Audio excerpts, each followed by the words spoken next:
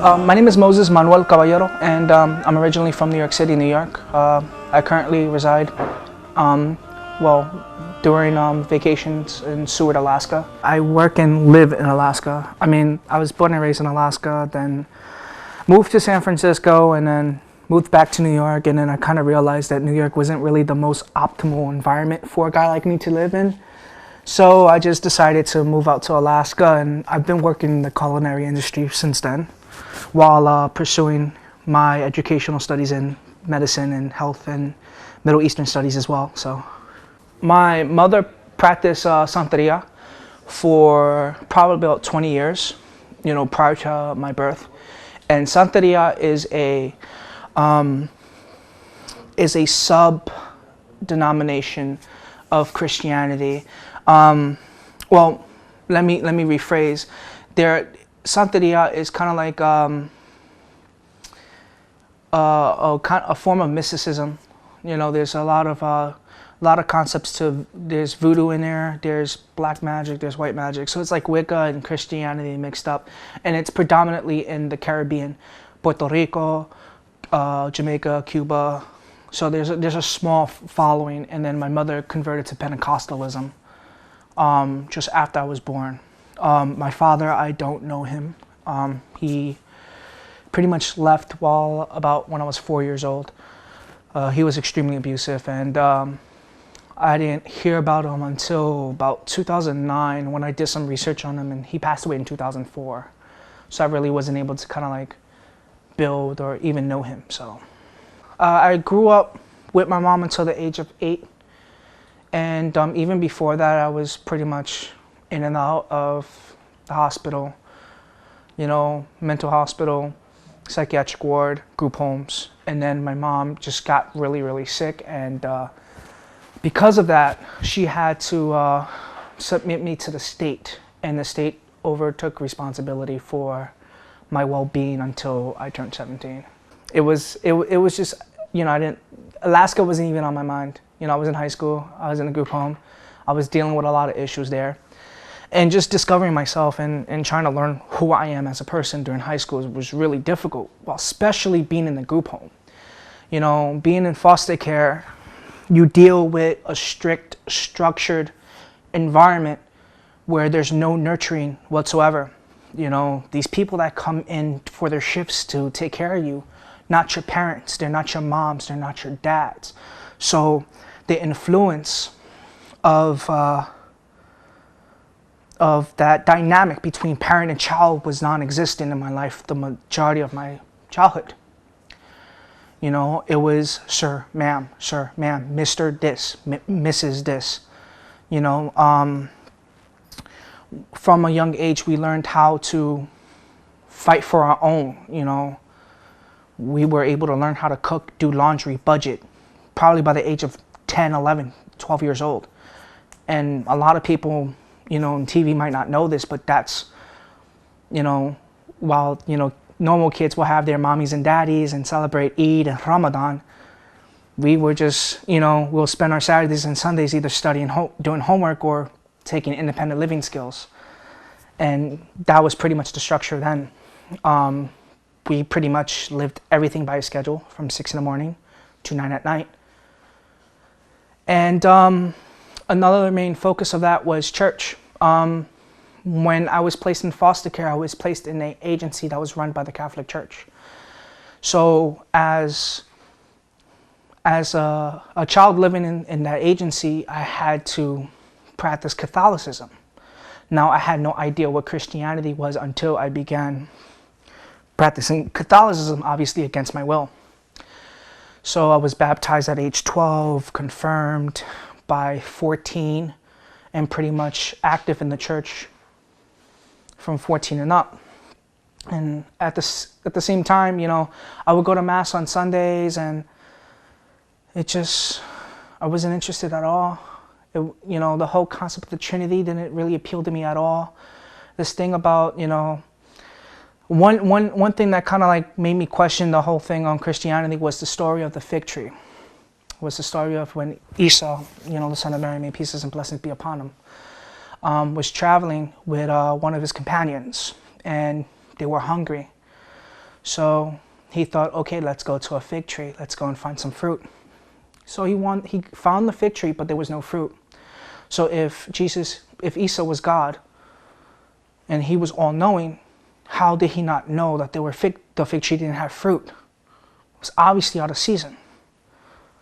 And that started breaking my faith completely. And I became pretty much an atheist. Denounced my faith at 17 and ran away. San Francisco, I pretty much had whatever money I had in my pocket and traveled. Tried going to college a couple of times, dropped out. It was just something that I couldn't comprehend, because I was just lost completely. You know, after high school, which I did very poorly in, you know, I just didn't know what to do. So I tried going to school for human services to see maybe if I can just become a social worker and help former foster children like me. And it didn't really, you know, pan out the way I wanted to be, you know, panned out. So, you know, after a couple of tries in university, tried art school, but I realized I was a better pothead than a better artist. I decided to go out and, you know, take a trade and learn, you know, and just try to develop. So I worked as an EMT for a little bit, was trained and did that, and got bored of it, and just wandered off and tried to find myself. There are things that I wasn't really proud of. You know, I really didn't have much communication with my mom either during that time. It was just, I wasn't focused on family or anything like that, because in reality, I really didn't feel like I had family. Like I really was just alone in myself. And being in that situation and realizing that concept of self-realization kind of made me think, like, it just almost further just deepened that hole that I had, you know, that pure disbelief. You understand what I'm saying? So I just kept searching. I mean, I never stopped looking. There are moments that I took pauses, you know, whether dealing with work or hanging out, carousing with women or smoking lots of marijuana and drinking. You know, it was just, you know, I wasn't looking. But when the money went away and the friends went away, you couldn't buy any pot or any alcohol and you pretty much broke, you know, kind of realized when you have no one, you know, you pretty much have to search your own way, you know. And I kind of felt like Allah was with me the whole time, just further realizing it, you know, thinking about it now. So when I'm not going to give you the details on how I reverted, because it's just way too painful for me to kind of like relive that, because, you know, I'm still a little bit emotional about it. But I met a brother, and he was a Sunni brother, but he was very tolerant of all denominations, and I was extremely Islamophobic, you know, growing up in New York and growing up Catholic and being in foster care and having the biased views of staff members who would often work there. You just don't get enough perspective. And there's a lot of indoctrination with that. So when you're indoctrinated, you're absolutely and utterly brainwashed. So I pretty much grew up hating Muslims, you know, and that's all I knew. Before that, I didn't know what Islam was. I didn't know what Muslims are. From 2001 on, I thought Muslims were just a hate cult filled with ignorance and wanting to rape everyone and kill everyone, this and this and that. Like, I was genuinely fearful for my life. And, you know, meeting this guy, you know, I hated him. I genuinely hated him. And, you know, to this day, you know, still don't understand why, you know? Like, how can I hate someone that was really good to me from the get-go, you know? So, you know, after, you know, working with him, because I was working with him, and was kind of forced to work with him because the captain kind of knew I was a huge Islamophobe, and he was like, listen, you can not have a job or work with him. So that's how things began breaking, and he slowly creeped in, you know, sneaky. And, you know, he started talking to me. He literally asked me, why do you hate me? I couldn't answer him. I couldn't give him an answer. Because in reality, hate and ignorance is what you don't know. You can't hate something that you do know. You cannot like something that you do know, but you can't physically hate what you don't know. Hate and ignorance only comes from lack of knowledge. You understand? And that's what I begin to live by. So I kind of realized, like, maybe I should give him a chance, hear his story. And we slowly became friends, and you know, he gave me my first Quran. You know, he gave me my first kufi. He gave me my first, you know, prayer rug. And I wasn't even thinking about taking shahada, but just having it, you know, knowing that, it just kind of built more and more and more, just more hunger, you know. So we were at work, and we was heading to an emergency, and unfortunately, you know, we got in an accident and he died, and it was really bad. So I wasn't able to, you know, really reach to janazah and stuff like that. I was able to mourn and grieve. And to this day, I still grieve because, you know, he was a friend. You know, he was probably one of the only people that actually cared. You know, he taught me a lot about what Islam is and, you know, what it's supposed to be. You know, we really didn't follow any denomination or anything like that. I remember one Jummah we'll go to ICCSF, which is the Islamic Center of San Francisco, and then we'll go to another masjid that's just outside by Berkeley, where's the Shiite mosque, and then we'll go and we'll hang out with some Sufi sisters like the next Friday, and we'll just, like, I was able to kind of grasp, you know, a conglomerate of knowledge from all the other denominations, and it just made my belief that Islam can be so beautiful and so fluid, but yet so tight and firm. And that kind of like what lured me to Islam. And unfortunately, he passed away, and I really never got a chance to say goodbye, so I grieved. I grieved for a long, long time. I wasn't really thinking about Islam after that. It just really, just having someone that really had a profound effect on me, you know, his kindness, his generosity, it bothered me that, you know, this man who was only 23 years old, was 2 years older than me, you know, at the time, and to be gone away so abruptly. And to this day, it hurts. It hurts a lot, because taking what I learned and trying to apply it now, and seeing the state of the Ummah now, it makes me weep inside to see the state of the Ummah now. And I kind of guess that was just like my most deepest moment in Islam. Just that pivotal moment from the death of my friend to the moment I took Shahada. And I remember it was August the 17th, 2009. I remember that day pretty well.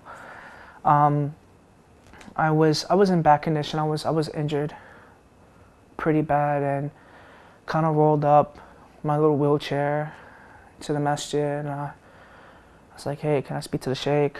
You know, this ain't handicap accessible. So there was two brothers that was trying to carry me, and I'm like, you know, I'm a wide load, you know, I'm a big dude, I'm a big brother, come on. You know, you're gonna need like a tow or something like that, or a lorry crane or something like that. And they started laughing, and it was pretty heartwarming. And then, you know, they was like, hey, you know, what are you here? I'm like, why can I not be here? I just want to sleep. No, I'm joking. You know, I want to take Shahada. And it's like, what? Oh, alhamdulillah, you know. They gave me a hug, and you know, my ribs were broken at the time, and he's like, no, just that hurts. It's like, oh, okay. So I took shahada that day, and then I don't know, it's just things became, you know, that's when the jihad al-nafs started, you know, that struggle, that pure struggle. Because once I became Muslim, nothing else really mattered to me. I just wanted to please Allah without any limitations. And that angered a lot of people in my family, angered almost all my friends. And I became completely alienated and marginalized. My mother disowned me. Both my sisters decided not to talk to me. And it took years. It took years for them to come to grips. I lost many friends.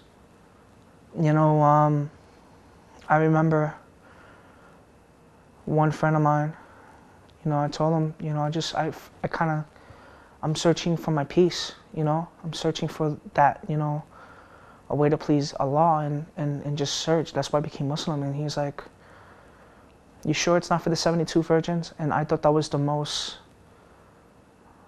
disgusting, asinine thing that he can ever say. And he's like, don't become a terrorist. I'm like, what? Like, are you seriously like telling me these things? Like, he's like, no, I'm joking. I'm like, don't be such a hard ass. I'm like, no, that's disrespectful. Because you're a Mormon.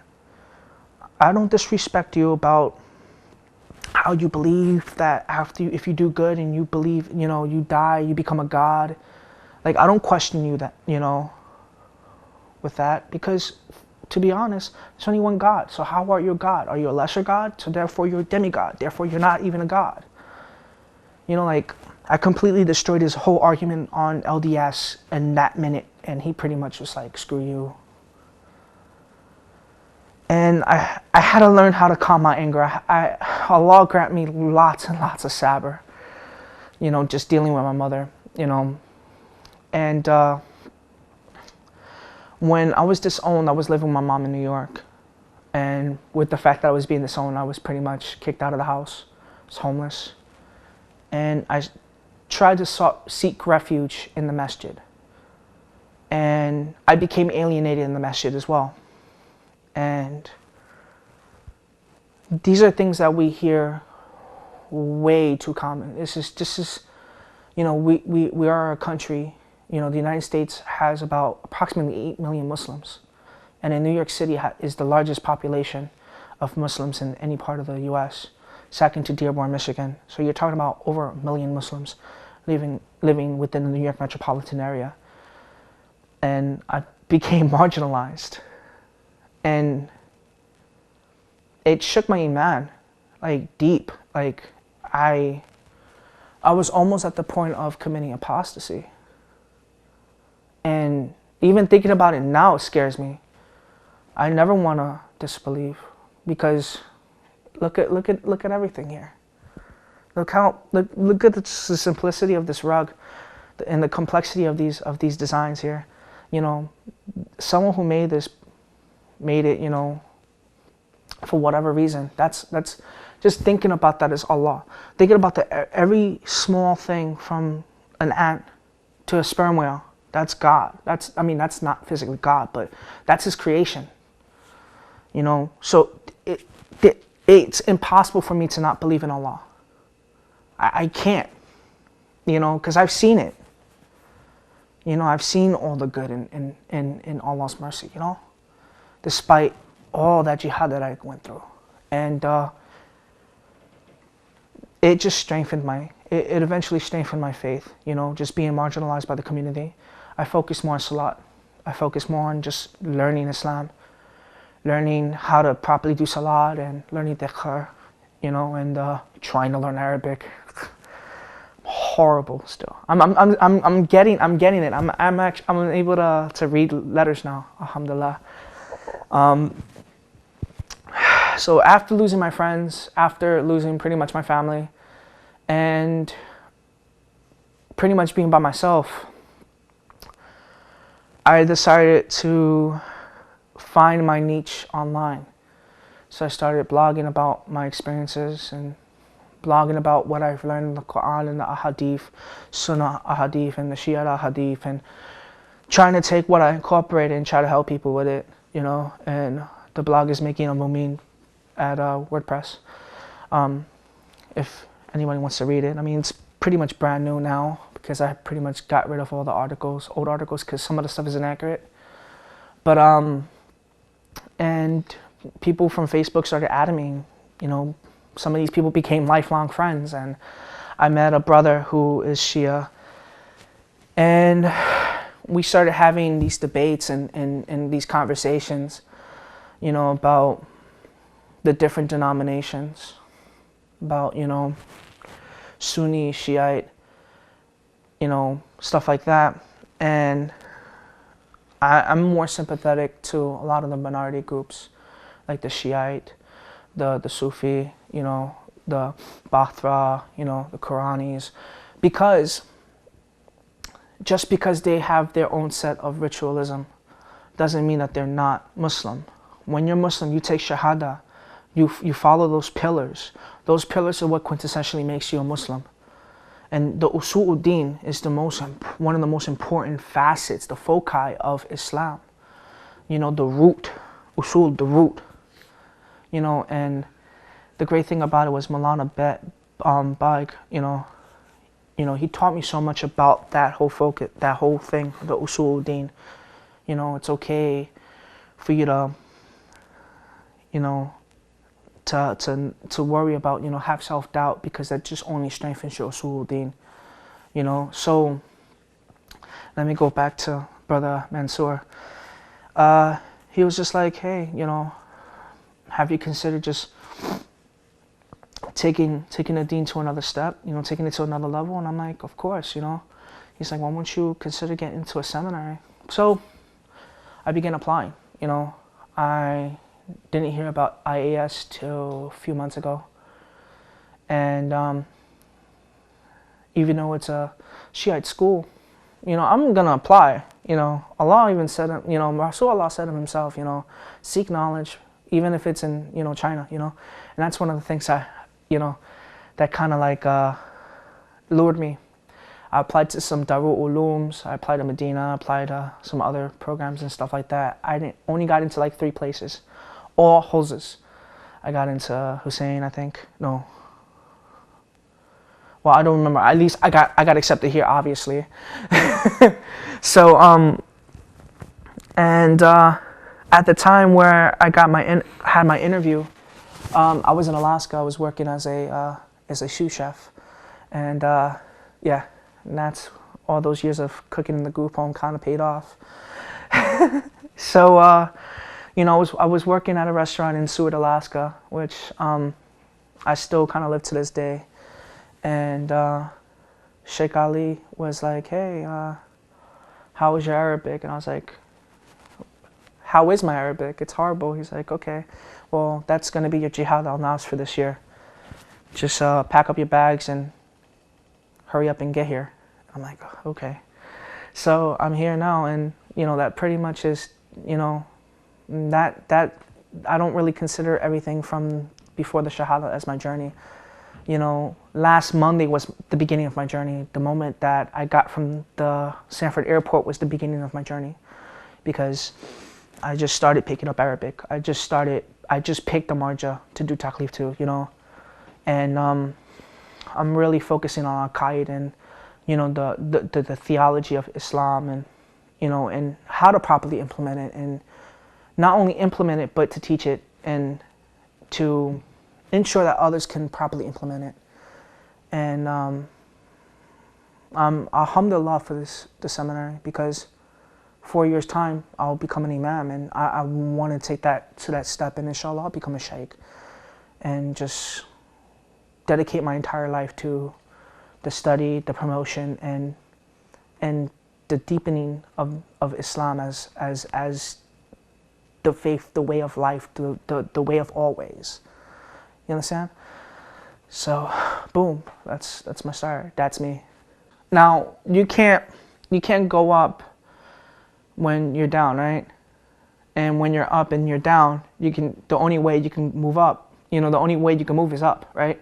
So, of course my faith was shaken, but there were moments of self-actualization and self-realization that were very pivotal, into my strengthening of my deen, of my iman. And there were people, people here and there that came around, alhamdulillah to them, for them, that kind of strengthened me, whether it's a couple of words or whatever, it was their form of charity or them offering me a position or, talking to me, just making sure I was okay. That kind of solidified my belief in Islam and the goodness and the righteousness of what Allah has taught us. So it just brought me closer to Allah.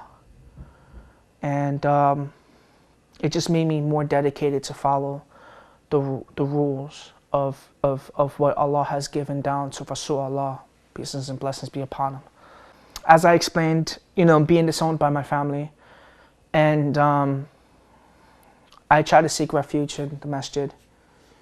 And while I was trying to seek refuge in the masjid, I became completely alienated from that community because of their views of what a revert is, their lack of understanding, and the adulteration of Islam, their Islam, through their own cultures and castes and whatever they believed in.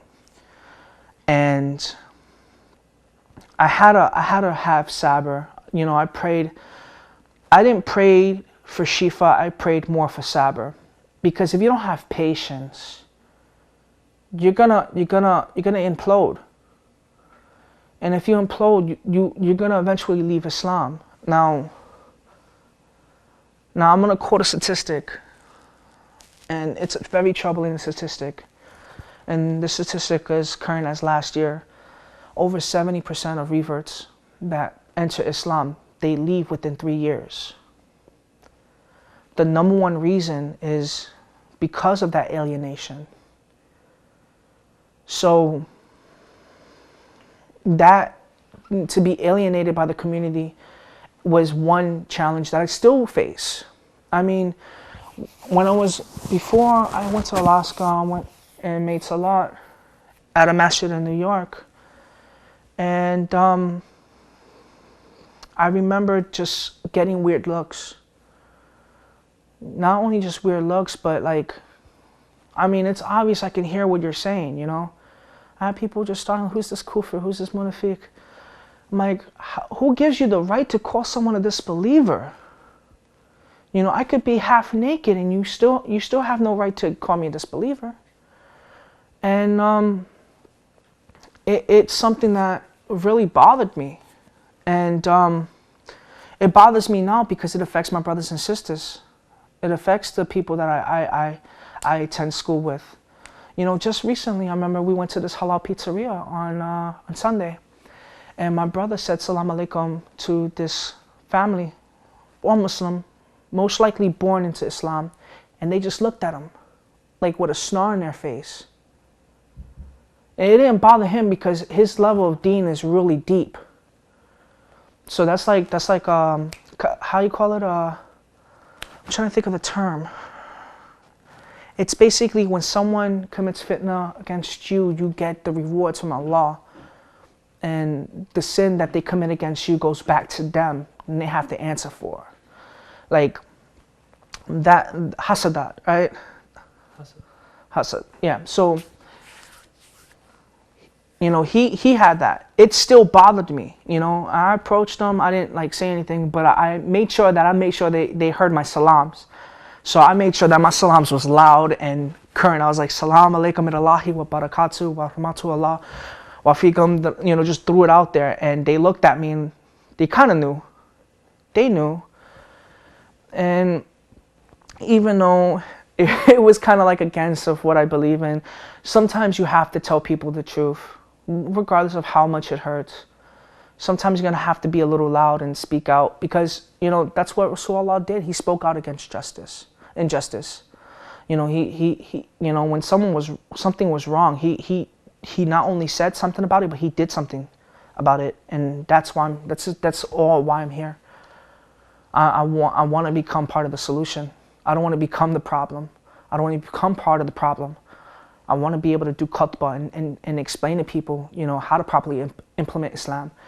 And not only that, but to help give people more iman, you know?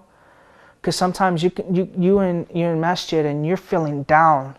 Even though you do wudu and you still have the nikat, you know, the intention to make salat. But there's that small place in your heart that you feel lost. And I want to be at that moment where they're listening to me and try to give them a little piece of my life, a little piece of my soul there, and just hopefully inspire them, you know, to just live their day and just to keep on trucking, you know? Sure. Basically, I was going to come 10 days early because I wanted to, because Sheikh Ali was going to personally tutor me for 10 days to, you know, better deepen my understanding of Arabic. So the first week I can understand Sarf and Naha, you know, so I was able to get standby. But I have a thing where I could be impulsive with money, and, you know, come on, everyone has their faults. My fault is money. Like, if I have $100 in my pocket and I see an MP3 player and I know I have one at home, I'm going to want that. And I'm going to probably get it. So I took all my IDs and my passport and, you know, stuff like that, my money, which was all my summer's earnings, about $4,000. I placed it into a secret compartment in my hiking pack. It's a huge pack. It's like 65 liters. It's huge. So I thought no one was going to get to it. I was wrong. I was so wrong. Still upsets me. I mean, it doesn't upset me. It's just like, subhanallah, just one of those moments. So we took 3 stops. We was in Whittier, which was pretty far out from Anchorage. Then we got to Gridwood, and then eventually Anchorage. Those stops, I had to go and use the bathroom or get myself a Gatorade and a cheeseburger, or kind of stretch out my legs so I don't have to die from deep vein thrombosis. So while I was out, the driver was still in the front in the car, in the bus. So, it was in and out. We were out for a long time. It was like 15 minutes each, break.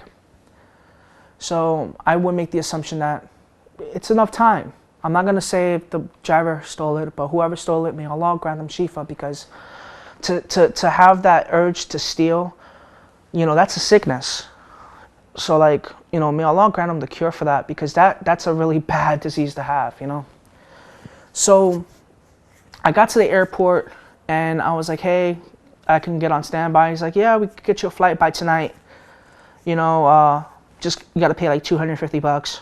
I'm like, okay, great, that's awesome. Hold on one second. Went to my pack. Gone. Everything was gone. Everything. ID, passport, social security, birth certificate, school ID from university, my insurance card, my, I had a little keychain thing from Costco, because, brother loves some food. And I wasn't even upset about the passport. I was upset about the Costco card. I was just more, I'm like, oh man, I can't get the Kirkland chicken salad. That was so cheap. No, I'm joking. I was really upset about the passport. So, I explained to her the situation. She's like, what are you going to do? I'm like, can you please call the police? Because my stuff has been stolen. And just back and forth for like an hour and a half, and nothing came to fruition out of that. I called the Anchorage police. They didn't want to file a report. I called the Anchorage airport police. They didn't want to file a report. Called state troopers. They didn't want to file a report. Called the bus lines. They didn't want to do anything about it. They pretty much said, what are you talking about? So I was stranded at a hostel in Anchorage for a while. And yeah, a brother of mine, a Christian brother of mine, a real good friend of mine, Nathaniel Boomer, he's like, hey, what's up? You know, I'm like, nothing. It's like, I heard about what happened on Facebook. I'm like, yeah, so what about it? He's like, you know, you can stay with me in Palmer, right? And I'm like, no. He's like, shut up. I'm picking you up in 40 minutes. Like, you don't even know where I'm at. It's like, I know where you're at. There's only one hostel in Anchorage. Shut up. Just take it. So about 6 hours later, he finally shows up. And, you know, I stayed in Palmer for the whole time. Tried working, you know, to get enough capital to get the things I need. You know, my laptop, some books, you know, a new thobe, because I really needed a thobe, because women just love the figure, and I kind of have to maintain it.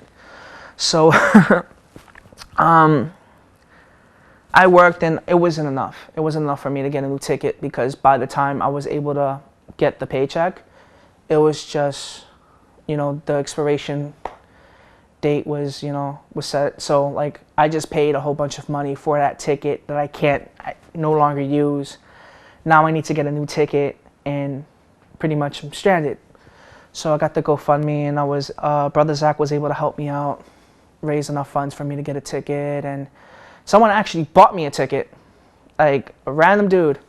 Just was like, hey, listen, I got enough miles on my you know, on my card, you know, I'll get you a one-way ticket from Anchorage to MCO. I'm like, word? Alhamdulillah. You know, he's like, don't worry, thank me later. Just make dua for me, blah, blah, blah. I'm like, say no more, you know? And, you know, the money I used to get myself a basic laptop, you know, something decent and cheap. And some basic necessities. And, like, the money came rolling in on Friday. I left on Saturday. And I got here Saturday night, sweaty, you know, because just, you know, cold weather, you know, versus the humid, and just, I don't know how people live in this state. I mean, one, it's just swamp, and then it's boiling hot. Seriously, like, you can cook an egg under here. Just, I'm seriously, I can get a little bit of oil and make falafel. Like, right on the ground. I mean, I don't know, you know, it might be najis, but like, it, you know, you can still make falafel on the ground. So like, and here I am.